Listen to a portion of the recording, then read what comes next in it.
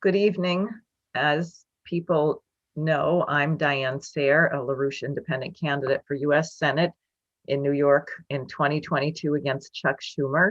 And this is the New York Symposium with Diane Sare. And I'm joined tonight by my co-host, Dennis Speed of the LaRouche Organization Manhattan Project.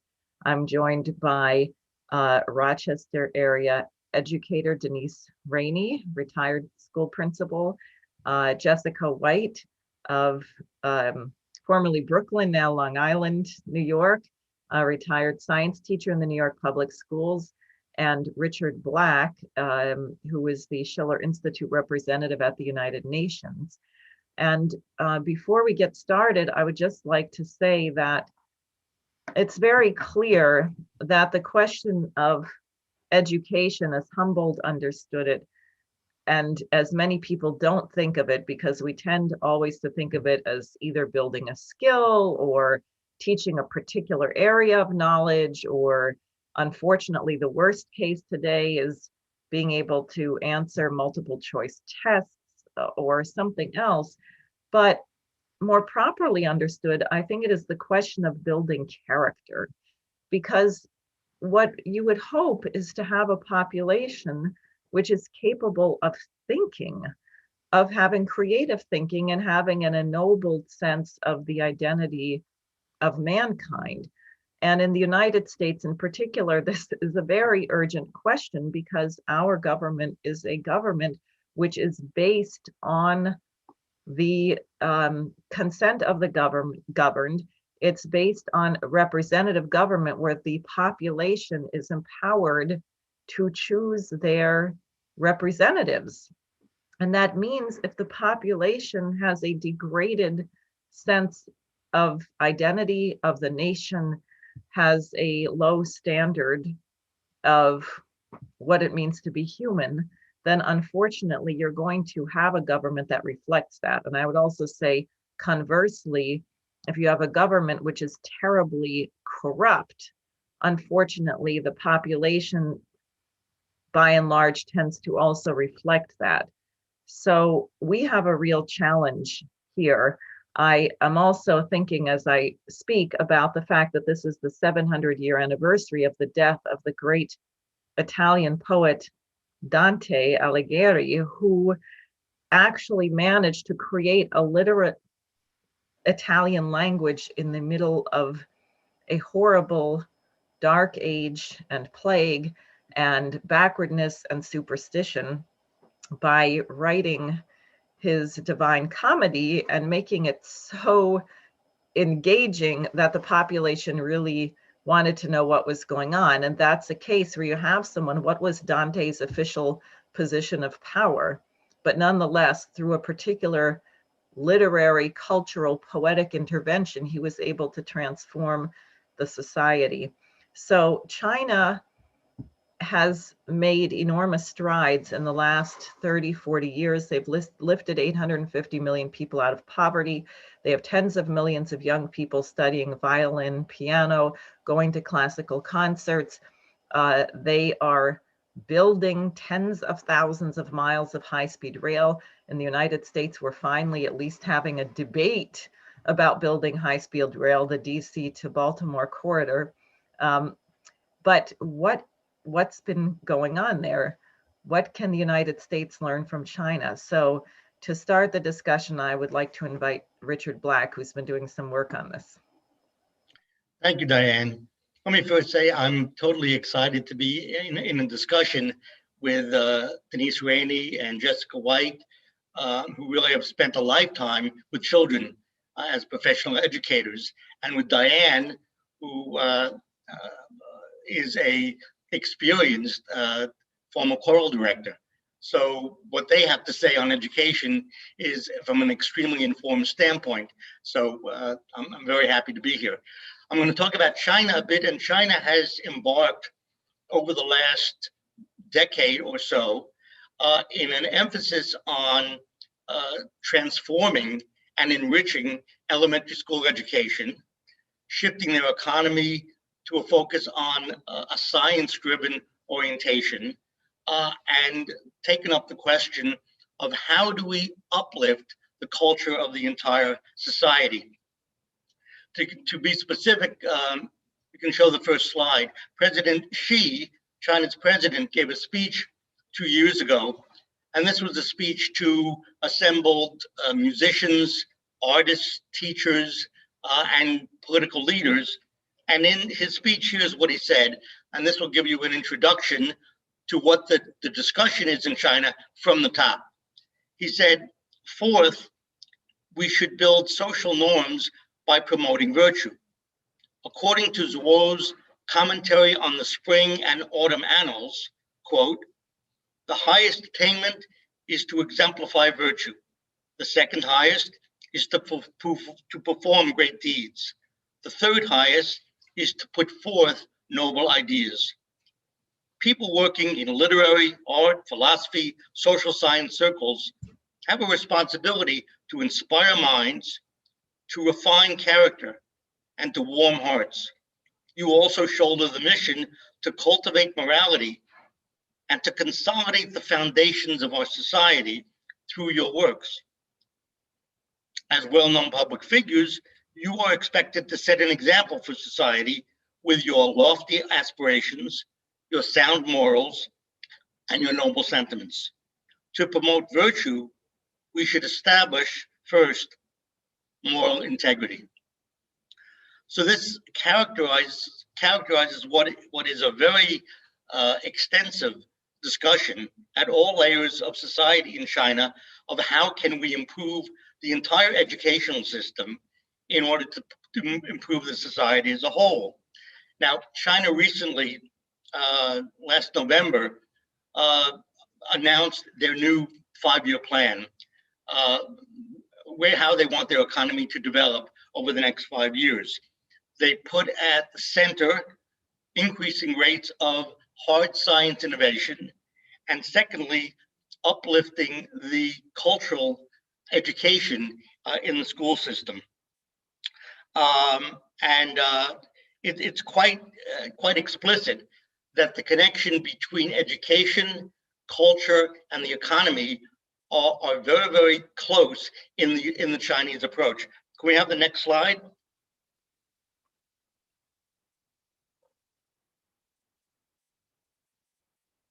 Okay, this is from Dr. Xin, who was one of the 4 leading Chinese government economists who gave a 2.5-hour briefing in November on what their thinking is in terms of economy. Here's what he said. China in the past had a lot of quantitative indicators for both economic and social development. Now, China has transitioned into high quality development and is focused on optimizing the structure of the economy so that people will focus more on the outcome of development and of quality. If we read between the lines, we can see the numbers and the quantities. The objective to become a leading innovative country means to become among the top 3 in the world. Innovation will take a higher share.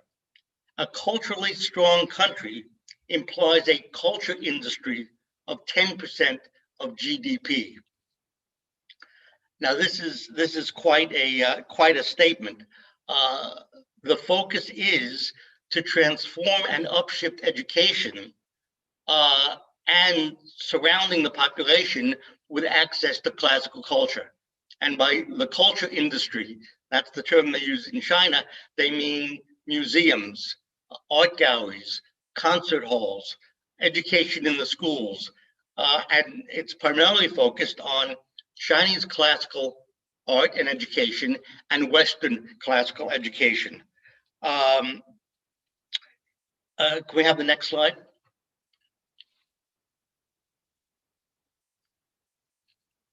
This is the picture that I took in southern China, where we were given a tour of an elementary school. This is really in a farming area, in a rural area, and all the kids were totally excited to meet Americans for the first time, and they all speak English. They begin learning English in kindergarten.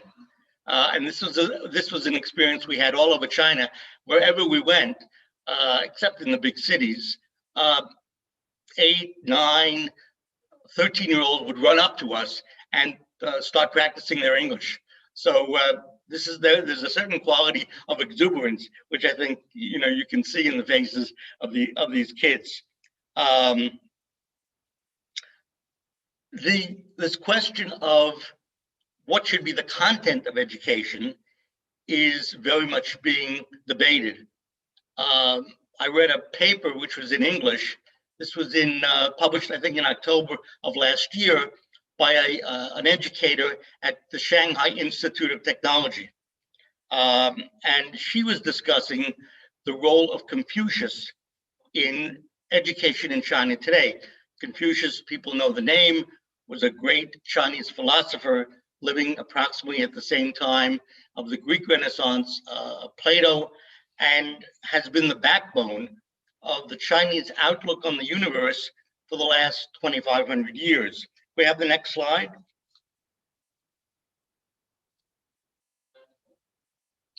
And you'll see the focus on music. Dr. Zhou is a young teacher of education. She's in like a teacher's college kind of setting. And here's what she described. This is from a scholarly paper she wrote for other teachers to read. Hold on one second, sorry.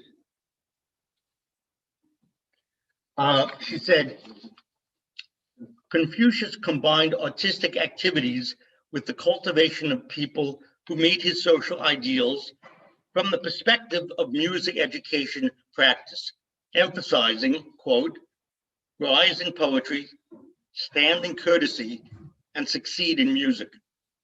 Starting from the ideological and artistic quality of music, Confucius takes goodness and beauty as the basic criteria for music evaluation and derives the perfect aesthetic evaluation standard.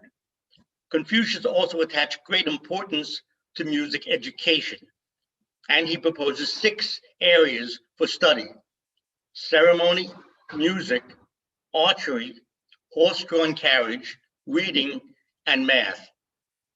Among them, this professor reports, music is the second. So this is being debated.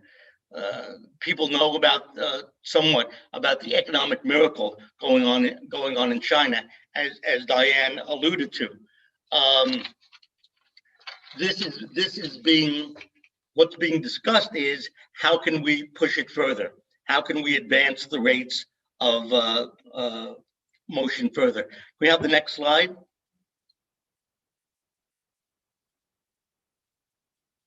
This is the picture I took at the same school. This is their music room, which they were very proud of showing us. So you see, this is an array of Chinese classical instruments. You see the violin there right in the middle. And so as they were giving us a tour of the school, they were emphasizing the role of music in the curricula, in the curriculum as a whole. Okay, that's good. So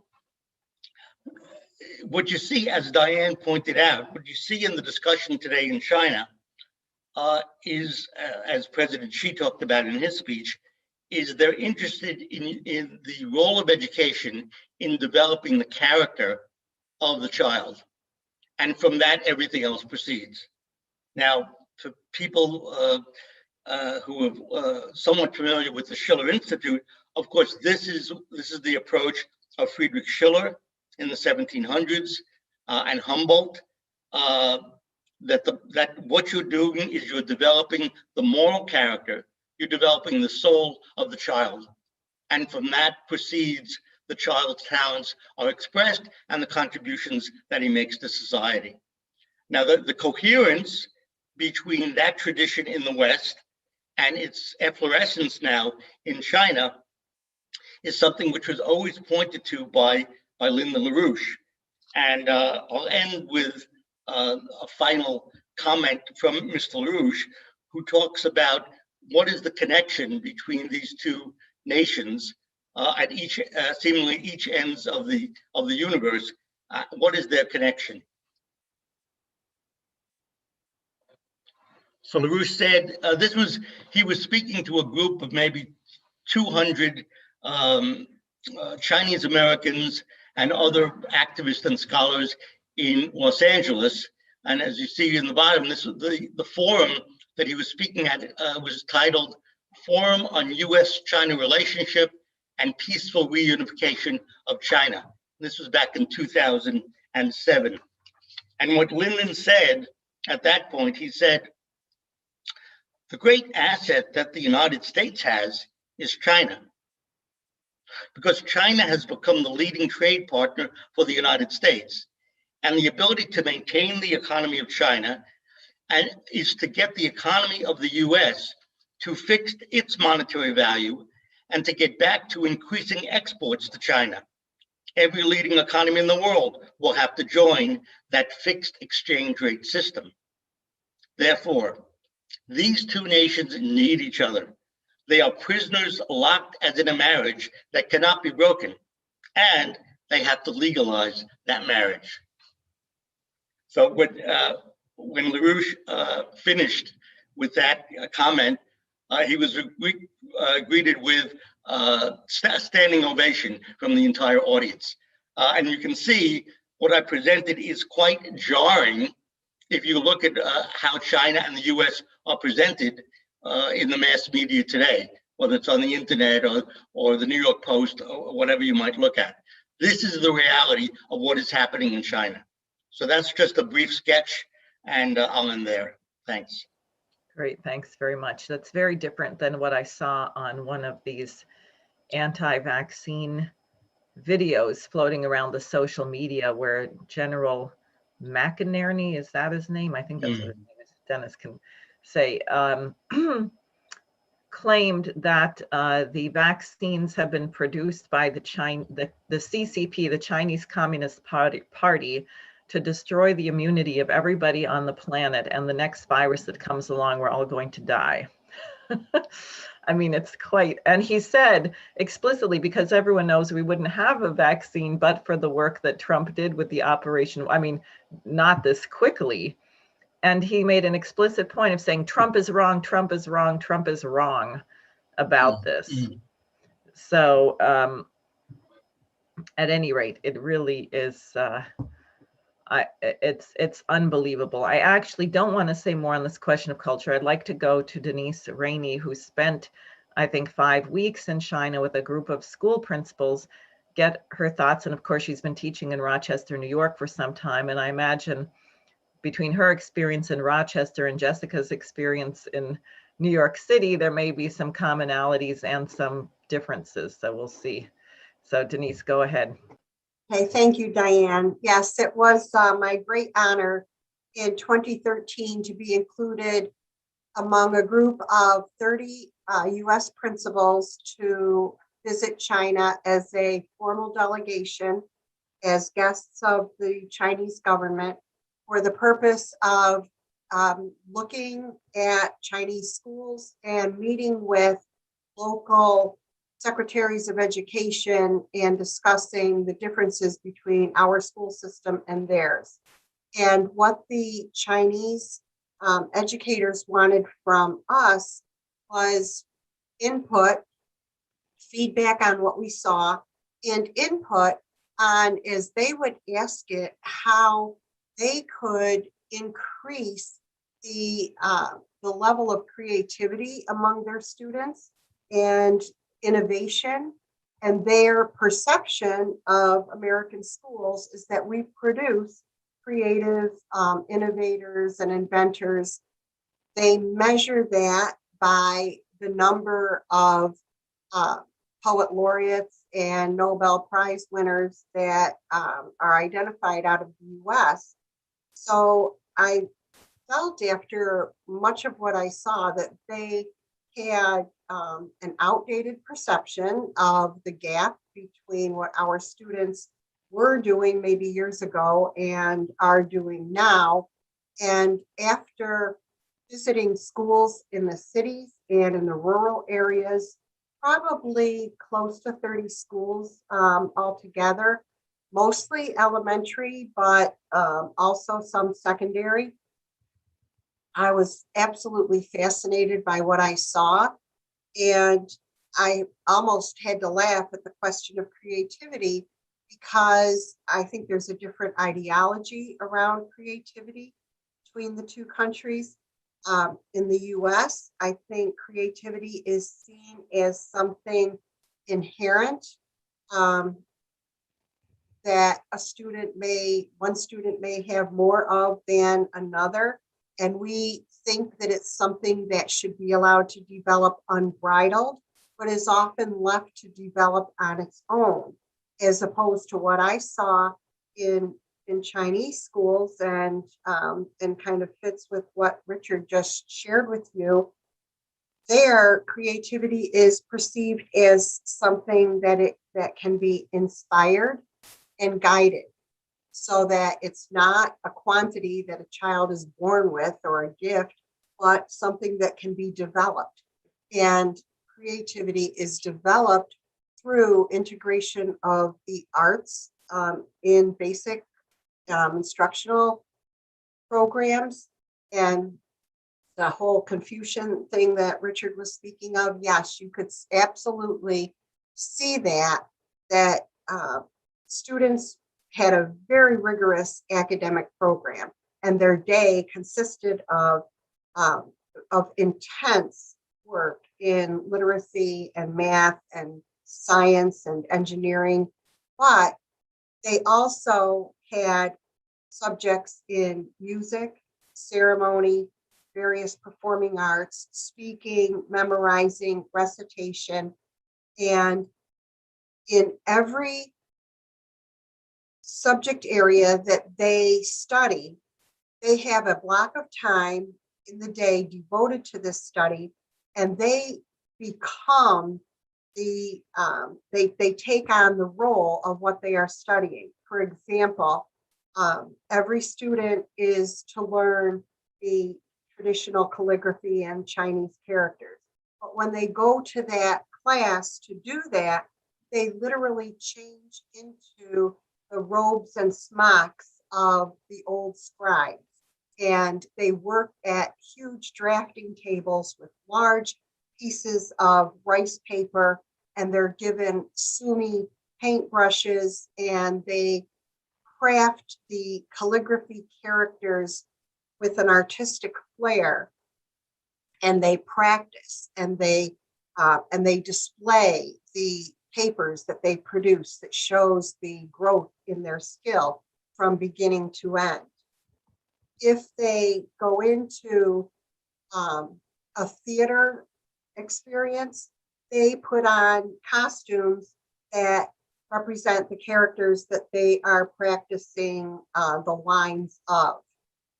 In every class that I went to, they practiced their English with me, and they did something to welcome me.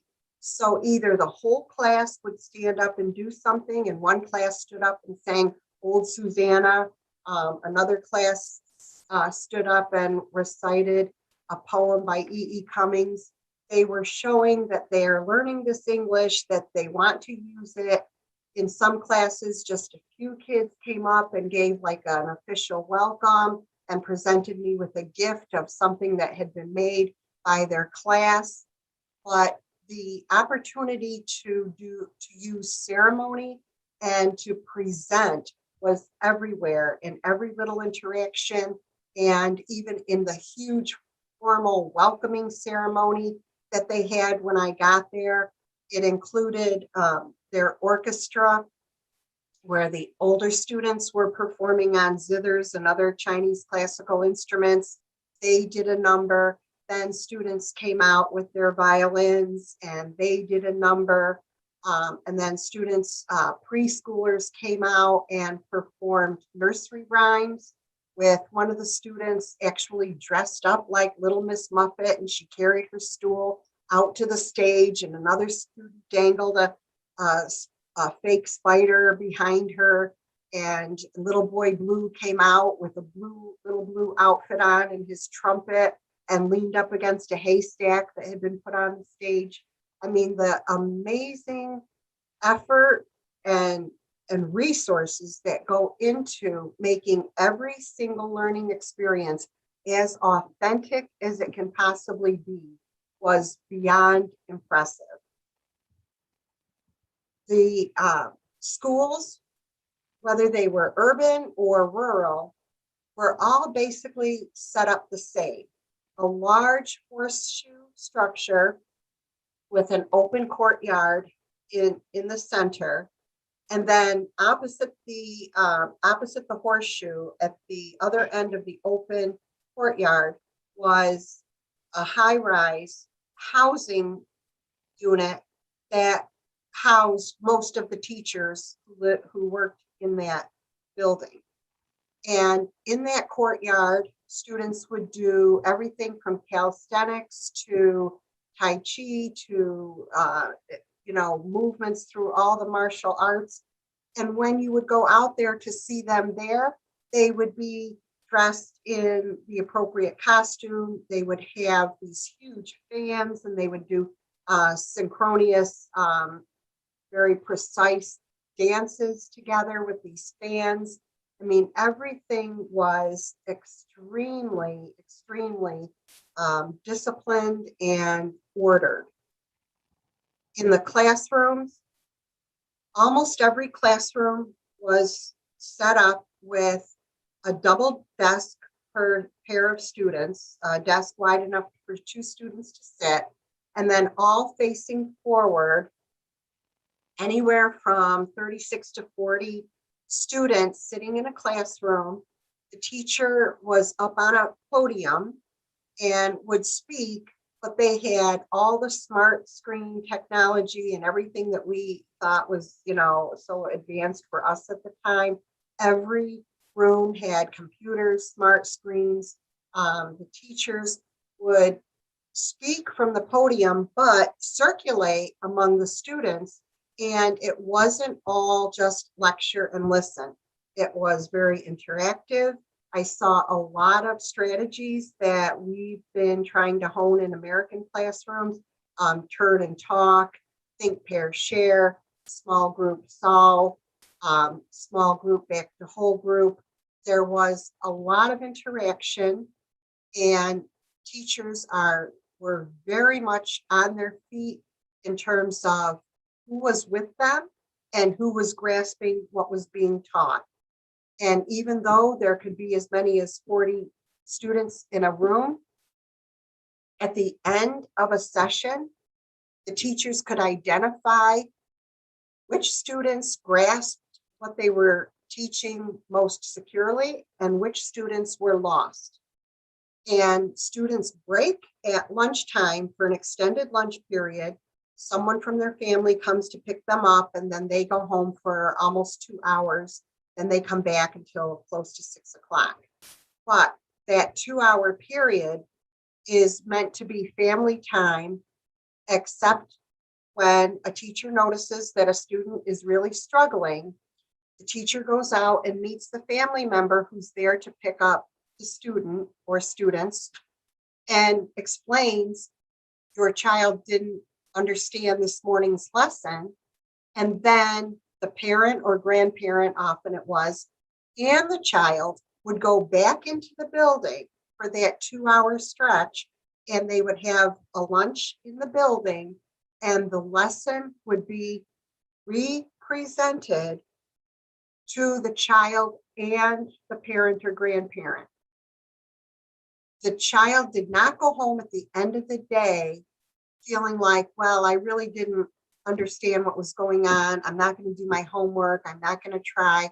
The parent saw what the concept was, and then it was the expectation that that evening they would work again together at home. So children, like we talk about no child left behind, but the learning gap that occurs before we identify which children are left behind and need remediation doesn't occur there, because the second a teacher sees that a child is not grasping, that child is brought back up to level. Now, is it perfect? No, I'm sure that one extra session or two isn't always the ticket, but teachers were very, very, very aware of their students' strengths and needs.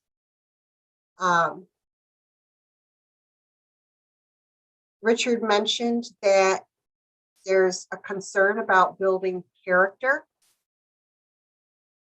An example that I saw of character building was that students are divided into teams, and the teams cross the age levels, and each team has a turn, 1 week per turn, where it's their responsibility to clean the school.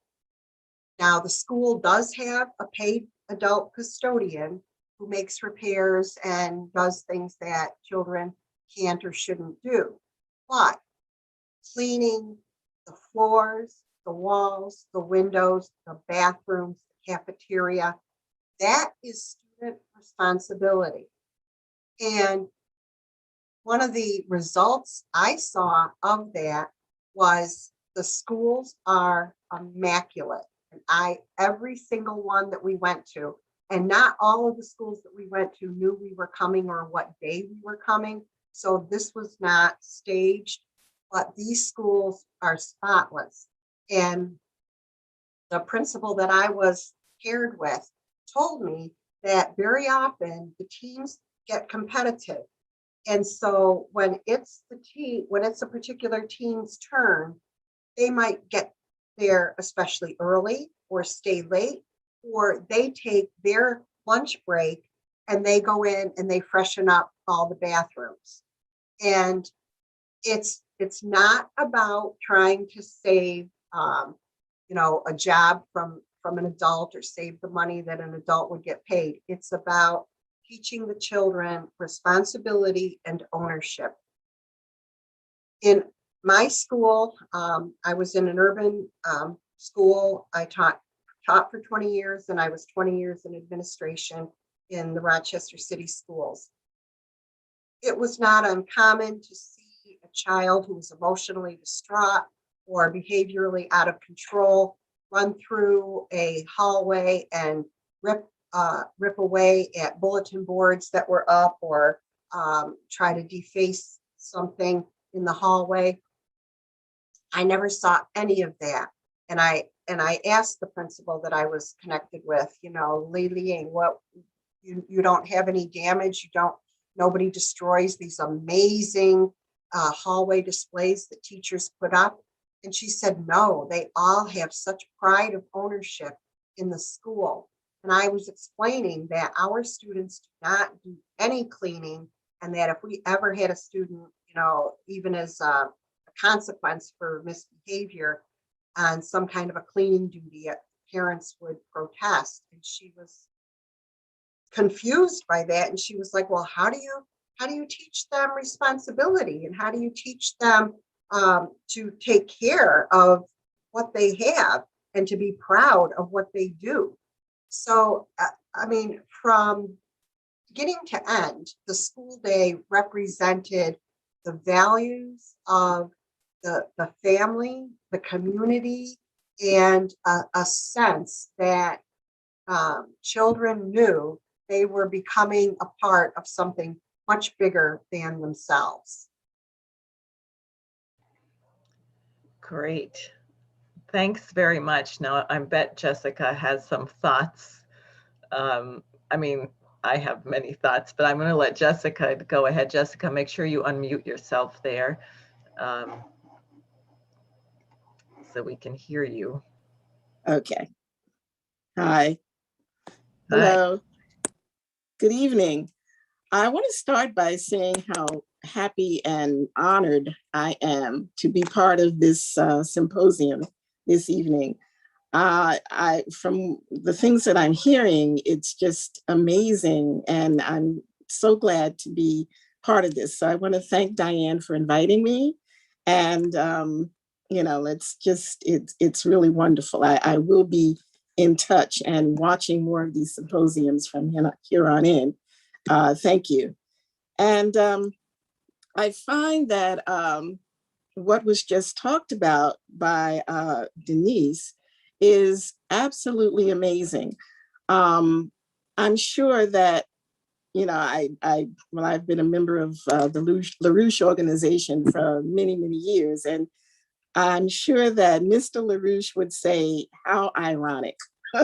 This is just total irony that the Chinese would consider our creativity something that they are lacking, would think that they were lacking that particular type of creativity. And you know, and that we really have something to offer. Now, I think we do. I think we do have very creative ideas. I think our children are very creative. So it's sort of a two-way street. There is innate creativity, and then there's creativity that has to be developed. And the Chinese have found a way to develop their children's creativity from what I'm hearing. And they follow that philosophy of Confucius in not just their creativity, but in their moral character, in the way that they learn, the way that they treat their family, and other things. So I wanted to talk about what my career has shown, and it's just the way the irony fits in. When I started in 1991, my teaching career, there are many things that are going on in China right now that we were doing.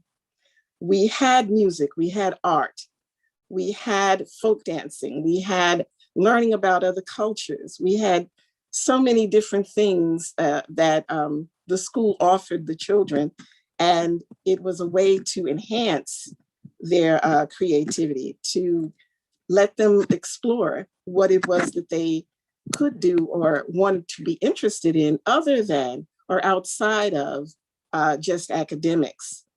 And we had a way of melding those things together, the creative side and the academic side. And I think we were closer to what the Chinese are actually doing now, back then, than we are now. We moved away from that, and I'm sorry to say that we did move away from those things. And principals were sort of forced into that testing mode, into finding ways to test the students to see if they were on track or not. And we lost a lot of the things that were sparking the children's creativity. The first thing to go that I noticed right away in my career, the first thing to go was music. We had a very extensive music program in my school when I started. We had dance, like I said before, we had art. The first thing they took out to make way for more testing was music. So the music situation, even art lasted a little bit longer.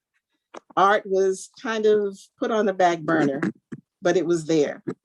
So, you know, when we talk about children's enthusiasm for their school and what they're learning and the things that they want to do with themselves or what they think they might want to do with their life, it has to be a well-rounded child. And I think that China has found that way.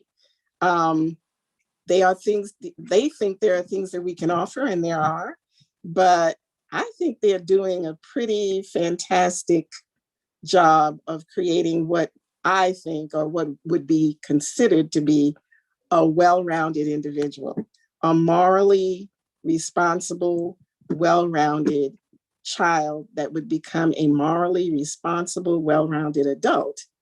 And I'm sure that Denise was very excited about what she was seeing, because just listening to what she observed and what went on, I am very excited about it, just listening to it. And this is when we think about what kids need, we need to look at this model. We need to look at this model and bring it back, because we had a lot of it in the past and we need to bring that back.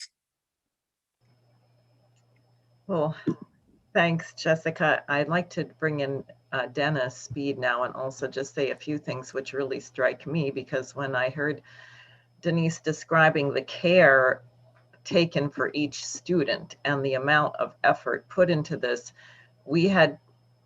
she and I spoke on one of these symposia, actually, which wasn't about education per se, or no, it was the Rochester meeting, but I had brought up, the situation in New York and in many states where tens of thousands of nursing home residents died of COVID-19. And that I thought one of many reasons why Asian nations may have done better is their reverence for the older generations. In China, they prided themselves on saving a 103-year-old with Alzheimer's. They fought for that life. Whereas you heard people in the United States saying, well, I'm so concerned about the economy, whatever that means, that if I die, I don't think we should quarantine because my child needs a future and this is hurting the business too much and I want to have some money to leave my child. So if a bunch of us over 75 die, my child can have a future. Now, what kind of economy is that doesn't value human life? Who is going to be there? I mean, what is the point? It's not money, it's humanity. So it's very striking to me because we have a situation, as you know well, Jessica, New York City, before they closed the schools due to COVID, but there was a report in the New York Times in 2018 that there were 114,000 homeless children in the New York City public schools. Not Right. all of them living in shelters, and you say, well, what kind of society cares so little for its future? Because aren't these young people going to be the future of the nation? Have we become so callous that it doesn't matter? And no surprise, the children who lived in the shelters, something like only 20% of them were able to graduate to the next grade, because of course, how can you do your homework? How can you concentrate in a shelter? I just think it's really night and day in a sense, but I'm sure Dennis also has some thoughts on this, and there's questions and things coming in as well. So I'm going to turn it over to Dennis for a moment here. Yeah, I just would like to get us started with some questions. I can be heard, right? Okay, so Denise, this is a question for you, which is, you mentioned that there were 30 principals, I believe, that visited China. I'd like to know, how did the other principals from the United States respond? Or was this only the New York area? Was it a larger group than that? And then secondly, as you answer that, there's a sort of a second question, which is, you mentioned a different ideology about creativity in the two countries, and you gave a couple of examples. But if you might say a little bit more about your own response to what you saw in terms of the difference, and what you think the strengths or weaknesses of either of the situations are. Okay. Yes, the 30 principals that went were mostly from the eastern coast and eastern states. There was a delegation from the California Western area that went at a different time, but we were each matched with a Chinese principal that we communicated with before the trips. And the Chinese principals came over in the fall, and the one that I was matched with stayed with me at my home for 2.5, 3 weeks, and then and came to my school and saw as much as I could show her of education in Rochester. And then when I went there, I stayed with her at her house, and her school was my home base. But then she and I also were part of the larger group that was taken on tours and trips to many other school locations. So I did not spend the full time with the other principals. We would get together occasionally for certain activities that they wanted us together in, or we would get together in small groups. by and large, the responses were similar to mine. People were blown away and they were like, oh my gosh, whatever did they think they were going to gain from hearing us? And there was, frankly, the word that comes to my mind is embarrassment. If you think that the Chinese principals came to us first in the fall, and then we went in March, April. And when they came, we had no basis of comparison to what we were going to see.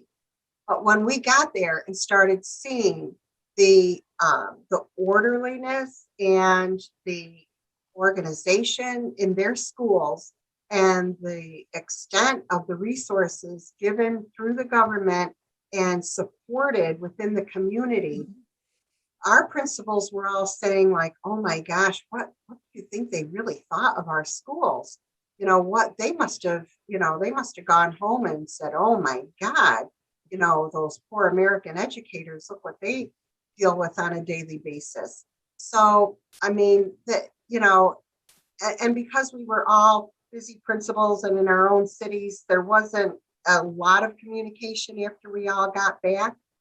But the difference is, I mean, it's, a lot of the focus of tonight's topic has been the arts. And just for example, as Jessica was saying, years ago, arts was a bigger portion of our educational pie, so to speak. I started teaching in 1976, and at that time, there were more programs offered. And now, elementary schools, urban elementary schools anyway, they have a small instrumental program, but it's limited to students who really seek it and are determined to participate. In China, every student has every learning experience.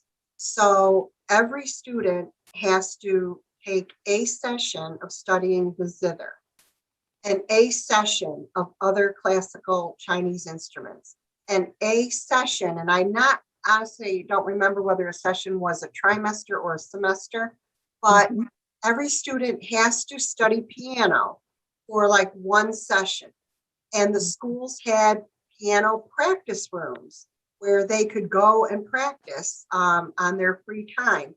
And every student has to take theater and calligraphy and drama. If they don't like it, then they don't have to return to it. But if they find a passion, then they're welcome to return to it and continue. But they can't say up front, I'm not interested in piano, I don't want to do that. They must have an initial experience with piano, an initial experience with violin. They get the full gamut. And their school day includes a lot of the enrichment that our suburban families pay for. I mean, you might see flute, clarinet, and saxophone in a school music program, but you rarely see piano. You might see violin, but certainly not to the extent that you saw it 20 or 30 years ago. But all of these things that we consider to be extracurricular activities that we might have to pay for and get private lessons for. And so some students are fortunate enough to experience and others not. That's part of basic Chinese education. And from urban to rural, the similarities in resources were also impressive. It's like here, if you, and I can speak for New York State, but in New York State, if your school is in one of the big 5 school districts, New York, Yonkers, Buffalo, Syracuse, Rochester, your school budget is an allocation from the city budget.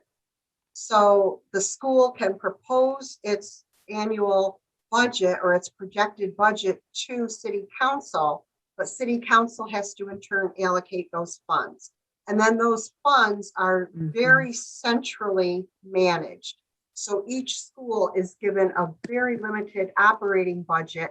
And in Rochester, we were stretching our dollars to buy copy paper and pencils and basic supplies.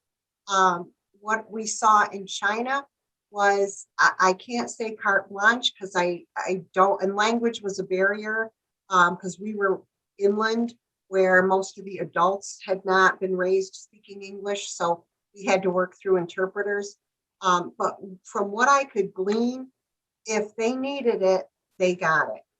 And they didn't have to go through a lot of red tape to access resources. And you could see the same effort to build libraries in the very rural schools as in the urban schools. So resources and access to resources and the freedom to manage those resources was one huge notable difference. Diane, we have some other questions. Should I continue with that, or do you want to respond to that? Sure. Also, I don't know if Richard has anything. Yes, I do. Yeah, go ahead. Yeah, given everything we've heard tonight, one might ask, why do tens and tens of thousands of Chinese students come here and want to come here in droves? And from the Chinese students in their teens and 20s that I know, is their view of American education is that the classroom experience expresses freedom and dialogue itself. That given the part of the Confucian tradition is the meritocracy and the mastering of a set body of knowledge. So in many classes, let's say in the university in China, you have 30 or 35 students and the teacher will lecture and the students will mostly be looking down at their notebook, taking down feverish notes, preparing for the grueling exams to come. So in the mind of Chinese students, from what they've heard, in the American classroom, now we're talking about university level, the teacher is less up on a podium and there is free dialogue. So in the mind of teenagers in China, now it's been soured heavily given the anti-China McCarthyite witch hunt of the last couple of years.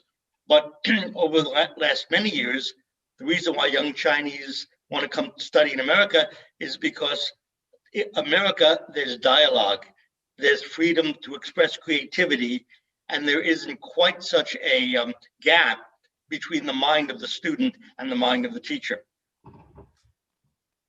Okay.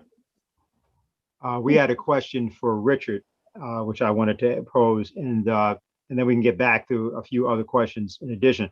This one was about what you said, Richard, about the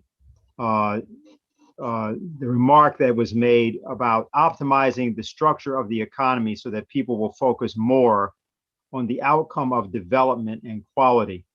There's an idea that Leibniz talks about in Society and Economy, the founding essay of physical economy, very much like that.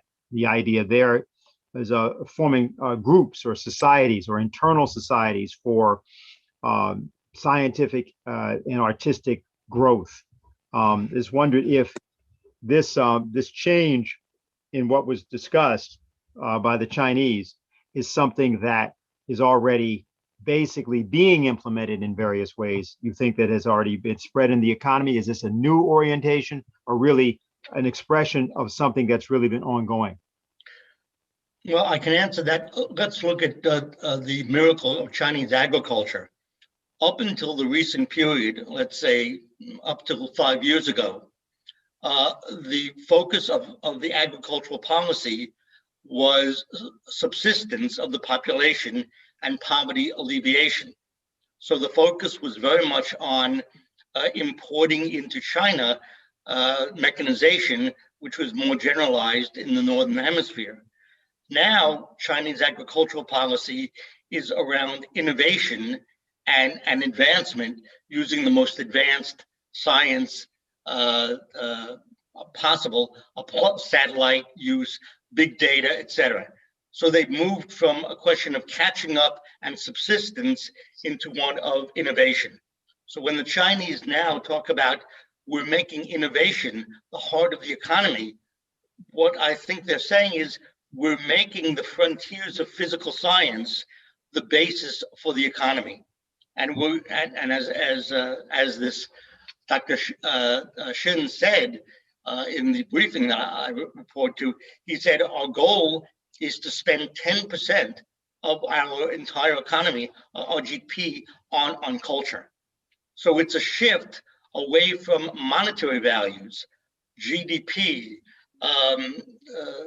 industry itself, towards focusing on what Mr. LaRouche would always refer to as creativity per se, that creativity or rates of innovation is the driver of economic profit. That's where profit comes from. That's where economy comes from. So for them, and they said in this briefing, I was struck by it. They said, now this decision to go with physical science as the center of economic policy, this was a strategic decision. We had to decide to make this shift. That's what we're doing. I don't know if that clarifies it, but that's my understanding. Yeah, I think so. There's two types of questions, Diane. We have a couple more for Denise directly, and then a more general question. We're actually a comment from Steve from Virginia, and got a couple of these other things. You want me to just continue, or you have something you want to say at this point? Go ahead. Were you gonna just let me say one thing, actually, sorry, because someone wrote in something about this question of the British and the Opium Wars, and I do think that one of the major factors in the United States is drugs and drug abuse. And as people know, the state of New York just legalized recreational marijuana, and they also greatly reduced the penalty for selling marijuana to minors under the age of 21. And there is, for people who start smoking pot below the age of 18, 1 out of 6 becomes addicted. Otherwise, it's 1 out of 10. But in 98% of the cases of people who are addicted to opioids, heroin, etc., they began on marijuana. I mean, it's incredibly destructive. China looks back on the Opium Wars as part of their century of humiliation. And we actually, the chorus that I founded and co-direct, a number of our pianists are Chinese. That is who is in the American conservatories today. How are Americans going to learn music? They've taken it all out of the schools. So we were talking with one of the pianists about the question of drug addiction in China. Was it a problem? He said, oh no. He said, because of the Opium Wars and because of people's decision not to be oppressed in this way, he said, if anyone ever did anything on drugs, it was considered a major shame. He said, artists in China have been destroyed by a photograph of them smoking a joint when they were in the United States, and it gets back to China and no one even wants to talk to them. No one wants to be seen with them again. So it's very different. It's almost hard to believe. But what you're saying is absolutely true. I had the exact same experience in my discussion with some students from China. I made the mistake of asking about drug use in college, and she looked at me like I was from Mars, and basically explained the same thing, Diane, that you explained. Okay, so there's a general question here, or a combination question and remark. And it says, it is said that Leonardo da Vinci was lucky to be born as the illegitimate son of a notary. The argument is that if his birth were legitimate, he would have been expected to become a notary like his father. He would have been expected to attend a Latin school where he would merely repeat the teachings of others. His curiosity and inventiveness would have been considered a distraction from his career path. Today, we have the idea that genius is a mystical and rare gift, but Lyndon LaRouche always said that genius could be created in every student. How can we mass produce geniuses? And just for people who may never have seen it, there's a copy of a magazine we put out at the time called Genius Can Be Taught, going back 40 years. So that was the general question. I guess we can ask. Let me say one thing, Dennis. Sure. One quick thing, which is that, think about this. What does it mean for the president of your nation to be talking about the aesthetical education of students and for corresponding in a continuous way with teachers' colleges about this question of creativity itself. I would say that when you have a federal leadership who is obsessed with this kind of question, that gets communicated to the youngest child. Anyone else want to respond?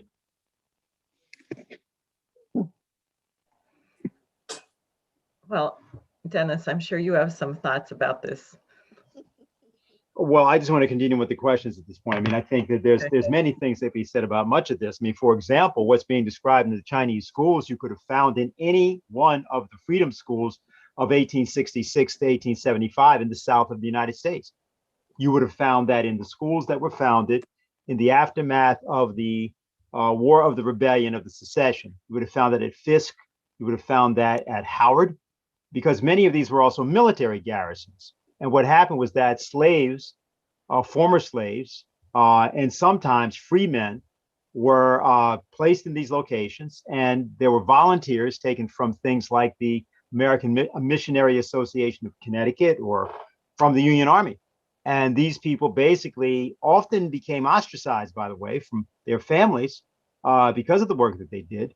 They stayed on these campuses, and what they did was they had a curriculum that was largely, it wasn't at all handiwork or things like that. Obviously, they cleaned places and locations like that, but it was Latin, Greek, music, and history, and many other things. And initially, there was a sort of surprise about that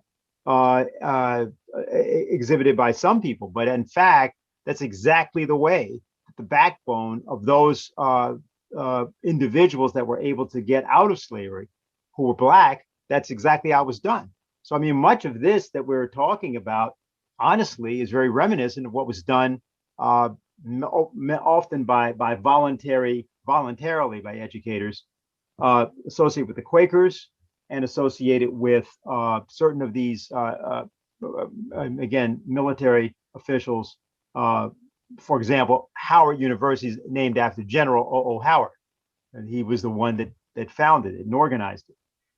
So I find it, important to point out that you can find this in the tradition and then in other ways earlier in America. But America had a German-based educational system. That's what you mentioned, Humboldt before, Wilhelm von Humboldt in this case.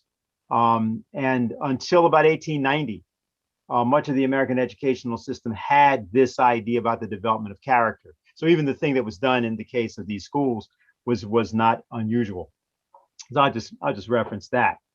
There was another set of questions for you, Denise, which were there differences? Did you get to see elementary schools as well as high schools? What were the differences, if you noted any differences? And then someone had asked the question just about well, you mentioned it already, how long the school day was. Oh, and is homework assigned? Is that a big part of the educational system or not? So those were the two sort of specific questions for you. Yes, yes, I did get into a number of secondary schools. Had I been a high school principal, I would have been matched with a high school principal in China. And then I would have had the opposite emphasis. I would have seen more high schools and a few elementary schools, but I saw mostly elementary schools. In the elementary schools, class sizes were pretty standard at around 40, as I had mentioned. In the high schools, class sizes seem to be smaller and groups of students seem to be focused on problem-solving activities and projects. In one high school, there was a group of students working on something similar to aviation trainer modules, and we entered a garage that was at least an acre big, and students were paired 2 or 3 at their own trainer. and they were working on pretty advanced computerized programming activities with these trainers.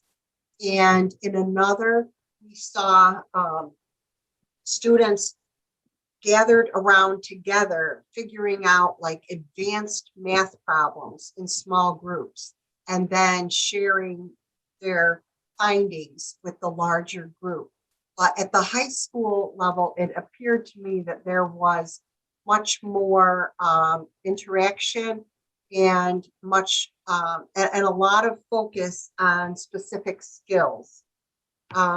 There was a very strong sense among students that they knew that they were preparing for to bring their skills into what the country was going to need in the future.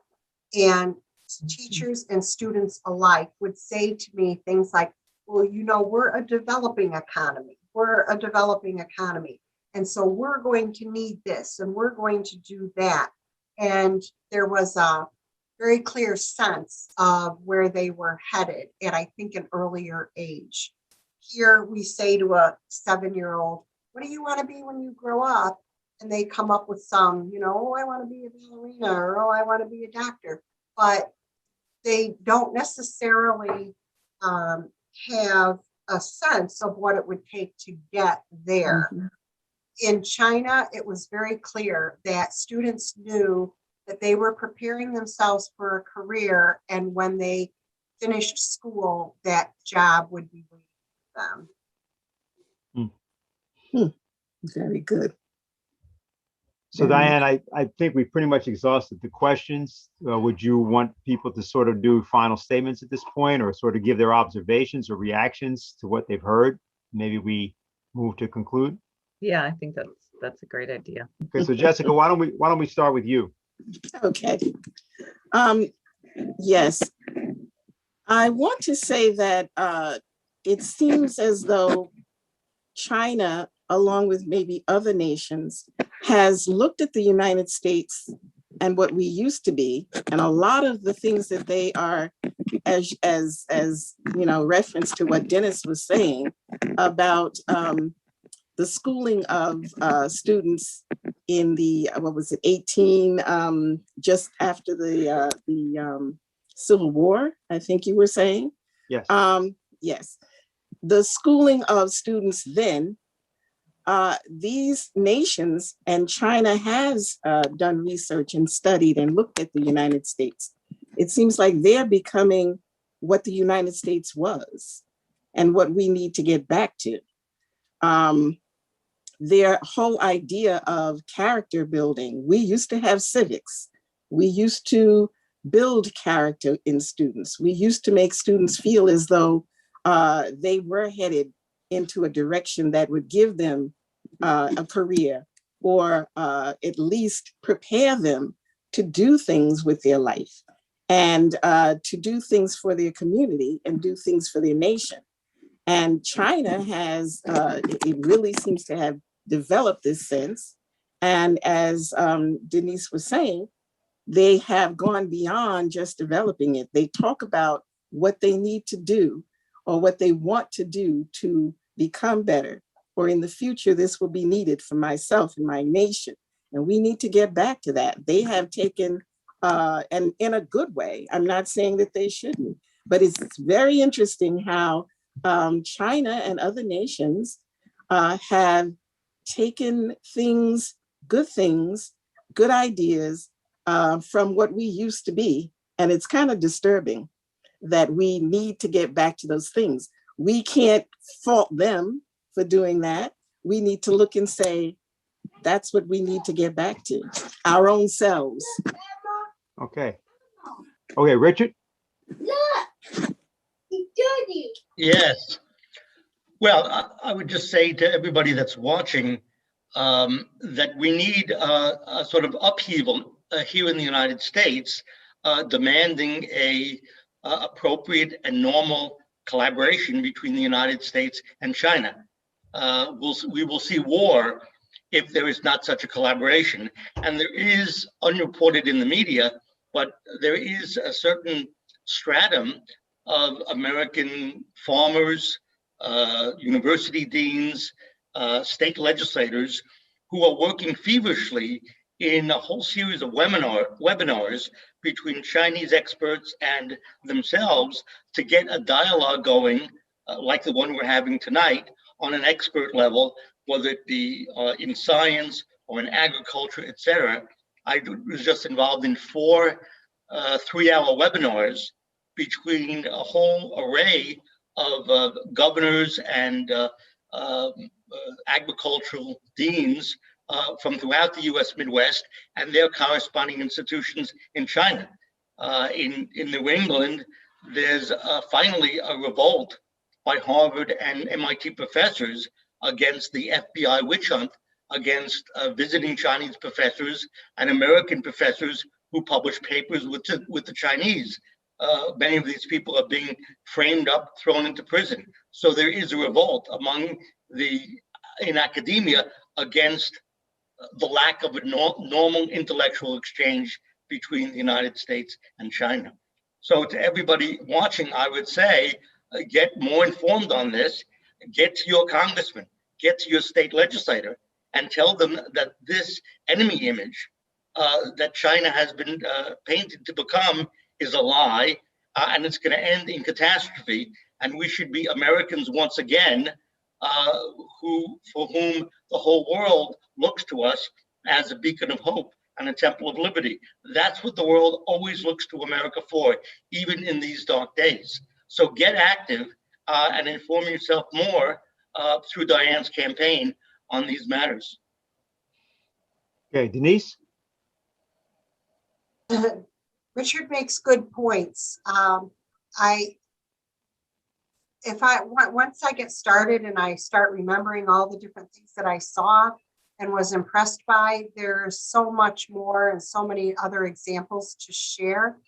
But what I can say summarizes the overall influence of my experience is that the teachers, the families, the students, the administrators that I met all had a very strong sense of optimism about the future of China. They had a very high regard for their president and an excitement that I imagine to be what was evident in the US in the early 50s, that sense that our country is going places and we're all a part of making it happen.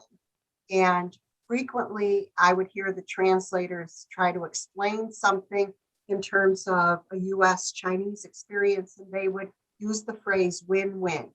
We want to make a win-win situation, or teachers wanted to make a win-win situation for students and teachers, or for children and families. That was an overriding determination. And there was an optimism and a sense of purpose about their future that I think we have lost, unfortunately. And if there's a way that we can look to their example to try to bring it back, it would behoove us to do so. Sadly, I don't know if the program that I participated in could be repeated right now. I think with the current social and political climate, it would be very unlikely to actually happen, but it was a once in a lifetime experience. And if it could be shared and broadened, I think we'd all benefit. Well, before Diane closes us out, I guess I can get to say a couple of things in response to what you said, Denise. I think first of all, it'd be a good idea for us to have a much more extended interview with you. Because if there's a lot more things you can remember, it'd be good for people for you to be able to share that with people, both in terms of a video format, but also in written form. And if that's something you think be good to do, I think that would be important. Certainly, many of the things you said, I think would be the first time that people would have heard anything like what you just went through. And I think it was really important that you gave us that ability to see over your shoulder, what actually was going on there. I think the second thing is that the idea of Diane's campaign and what we've been doing with it is precisely to try to give this image of hope I think that now that this business with respect to the legalization of marijuana has happened, I think there may be a real, shall we say, reaction. You could even say backlash among persons in New York who know perfectly well, young and old, what that means you're actually saying to young people. I mean, everybody knows what that really means. And by saying no, actually, we think that it's far more important to develop the character of our future generations and our future. And in one sense, because of the disruption, because of COVID that's happened in the school system, you may actually be able to do a few things that might get a different set of ideas in motion. So I just want to thank you and, of course, Jessica and Richard. But, Diane, I guess at this point, we probably want you to probably just go ahead and close it out and tell us where we're going. I guess I'll just say tomorrow we'll be having our webcast. People can join us for that. Diane will be giving a talk there. Fundamentally, it's called, Why the World Needs More People. And it has this idea about a productive economy allows you to not only sustain a larger human population, but a larger human population at a higher level of living, standard of living. And we're going to try to feature the China report on its work in what they call poverty alleviation. So that's going to be the topic, and we'll have with us a couple of people, including a notable nuclear scientist from South Africa. So everybody's invited. That's tomorrow at 2:00. So Diane, back to you. Thank you. And that is on the LaRouche organization, is that right? I think that's actually Schiller Institute. Schiller Institute. Okay, good. Yeah. Thank you. So schillerinstitute.com. Well, I have to thank everyone for participating, and I have to confess that I had an extremely difficult day today because I was working on writing a statement pertaining to the situation around Julian Assange. This Sunday marks the 2nd year anniversary of when he was arrested at the Ecuadorian embassy in the UK. And as people know, he's being held in Belmarsh prison and is languishing. He's not doing well. There was some hope that President Trump might have pardoned him at the end, which would have been a very good and bold move. It did not occur. And Biden has again reiterated the demand that he be extradited to the United States to stand trial. And the British judge said, well, she didn't think it would be safe for him to be in a US prison, but nonetheless, she's not letting him out of the UK prison. And he faces up to 175 years in prison in the US if convicted of violating the Espionage Act and some other things. And I was reviewing some of the things that WikiLeaks had exposed, including perhaps the biggest one or drew the most ire was a helicopter attack on 2 journalists with Reuters, which occurred in July of 2007. And what happened was the Reuters journalists were carrying a camera. So the Americans decided this was a gun and just opened fire, killed the journalists, killed about 20 people. And Reuters in Germany kept trying to get information. These are journalists. Why are they killed? They didn't get it. Somehow WikiLeaks got the US military video of this thing. And an American soldier with real courage, Ethan McCord, I think his name was, actually came forward in 2010 because he was involved in this attack. And he described a situation where the American soldiers were marched into traps, basically, and ridiculed if they were scared and made fun of if they wouldn't shoot anyone that seemed suspicious to them. And he said many of us just would shoot our guns up into the sky because we didn't want to kill civilians, but our commanders would mock us if we weren't willing to do this. And I was reflecting on the ugliness of this and the unwillingness of Americans to look at what has happened to our nation, to look at the way we treat our people, like what I said earlier with the homelessness, the question of torture, which became obvious after the stories of Abu Ghraib, what was that, 2003 or 2, or I don't know, something like that.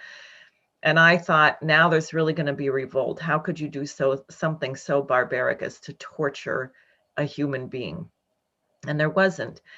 And I think part of the challenge, we're not going to become, see, looking at these horrors being committed in our name by our neighbors, by our citizens, would not be depressing if by facing these things, you said, okay, this is it.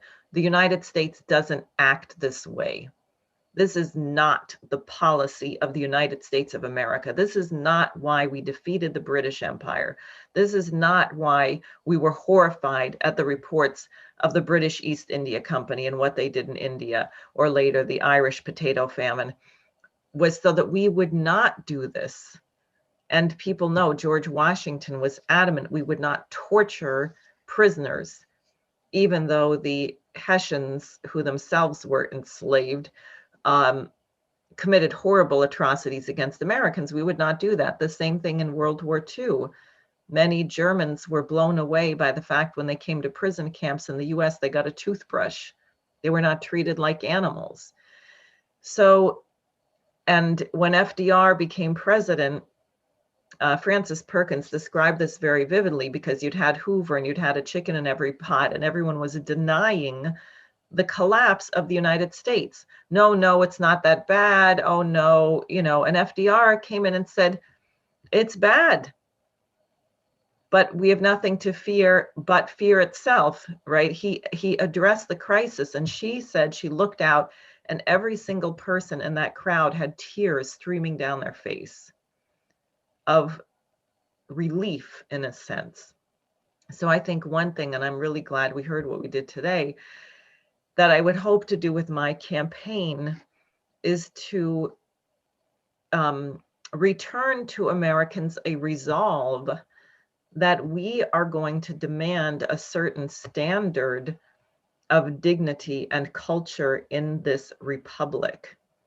And we're going to face the horror, because we're not going to fix it if we don't look at it. And that's the importance of someone like an Assange. That's why it's urgent that his life be saved and that the charges be dropped and he be freed. And I think that is the standard that Lyndon LaRouche had, because I remember so many times how angry he would get about the way people were being treated. He never considered it was acceptable. He never would have handled COVID the way we've handled it in the United States. Oh, well, we're going to open up a little bit and we're going to lock down a little bit, and maybe you should wear a mask, and maybe some people will die, but they weren't that strong anyway. And I mean, what a mess. That's not a standard. So this has been invaluable. It reminds everyone of a better angel of our nature, a historical American identity, as Dennis brought up, something which is going on now among, happily, China's a big country, so we can know there's a few 100 million children in such a process, which I think is great hope for mankind. I think it's also very hopeful for Africa, for Pakistan, for India, where you have a huge younger population that will be influenced by this. And we have a lot of work to do. And I just would reiterate, people should join us at the schillerinstitute.com tomorrow at 2. And please sign up for my campaign and contribute. We're about to start a newspaper, and I think it might be coming out in the next week or so. So we need the funds. Thank you, everybody.